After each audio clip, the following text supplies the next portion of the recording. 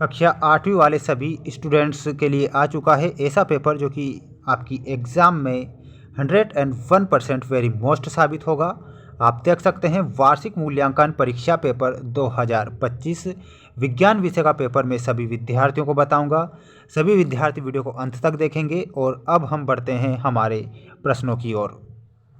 यहाँ पर क्वेश्चन आपसे पूछा गया है, सही विकल्प चुनकर लिखिए। मैं पहला प्रश्न देख सकते हैं, वेरी मोस्ट इंपॉर्टेंट प्रश्न।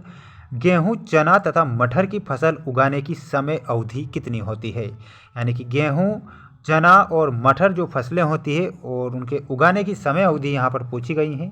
जून से सितंबर तक, अक्टूबर से मार्च तक, मई से अगस्त तक या फिर मार्च से मई तक। यहाँ पर आप करेक्ट उत्तर क्या बताएंगे? और वो हो जाएगा अक्टूबर से मार्च तक गेहूं, चना तथा मटर की फसलें उगाई जाती है। अगला क्वेश्चन दिया गया है आपकी स्क्रीन के सामने। सभी विद्यार्थी चैनल को सब्सक्राइब कर लीजिए क्योंकि जो पेपर मैं आपको बता रहा हूँ ये आपकी एग्ज़ाम में पूछा जाएगा। पहेली जल की कमी वाले क्षेत्र में रहती है, वह सिंचाई के लिए किस विधि का उपयोग करे कि जल व्यर्थ ना होकर सीधे पौधों की जड़ों को मिले? तो छिड़काव के माध्यम से, डेकली, ड्रिप तंत्र या फिर रहट के माध्यम से। यहाँ पर आपका करेक्ट उत्तर हो जाएगा ड्रिप तंत्र विल बी करेक्ट आंसर।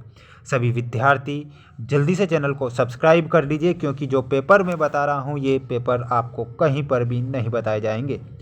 बूझों ने अपने खेत में लगातार उर्वरक का उपयोग किया। कुछ वर्षों पश्चात उसके खेत में फसल की पैदावार कम होने लगी। पहली ने उसे अपने खेत में जैविक खाद का उपयोग करने की सलाह दी।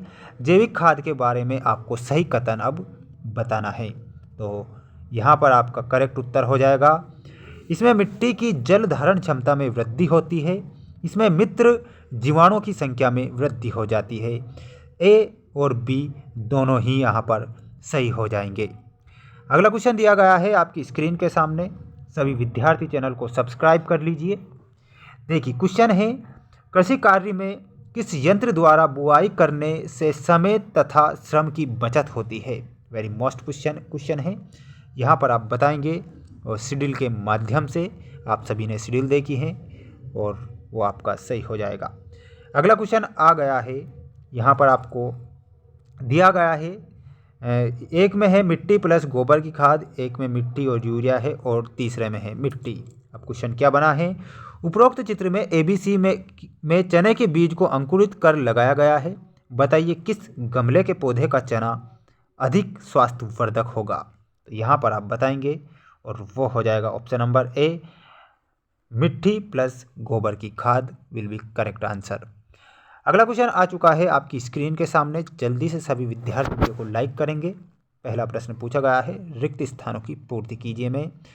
बूझों द्वारा अपने असमतल खेत में सिंचाई के लिए उपयोग किया जाता है। तो यहाँ पर आप करेक्ट उत्तर क्या बताएंगे? और छिड़काव तंत्र का उपयोग किया जाता है। छिड़काव तंत्र यहाँ पर सही हो जाएगा। पहेली समुद्र तटीय क्षेत्र में रहती है, उसके परिवार के सभी सदस्य का मुख्य आहार के रूप में उपयोग करते हैं। तो मुख्य आहार उसका हो जाएगा मछली। ठीक, मछली विल बी करेक्ट आंसर। मछली करेक्ट करेंगे। खाद से मिट्टी को प्रचुर मात्रा में प्राप्त होता है। तो यहाँ पर आप बताएंगे ह्यूमस प्राप्त होता है। तो humus will be correct answer. इस प्रकार आपको ह्यूमस लिखना है। ह्यूमस ये दिया गया है, ह्यूमस करेक्ट करेंगे। अगला क्वेश्चन आ चुका है आपकी स्क्रीन के सामने सभी विद्यार्थियों की, और 2 नंबर वाले क्वेश्चन भी आप देख सकते हैं।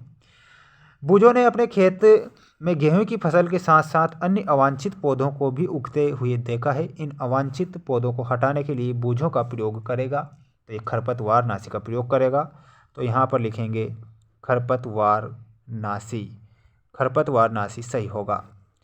अगला क्वेश्चन दिया गया है, घरों में अनाज के भंडारण में का उपयोग किया जाता है? तो नीम की सूखी पत्तियों का उपयोग किया जाता है।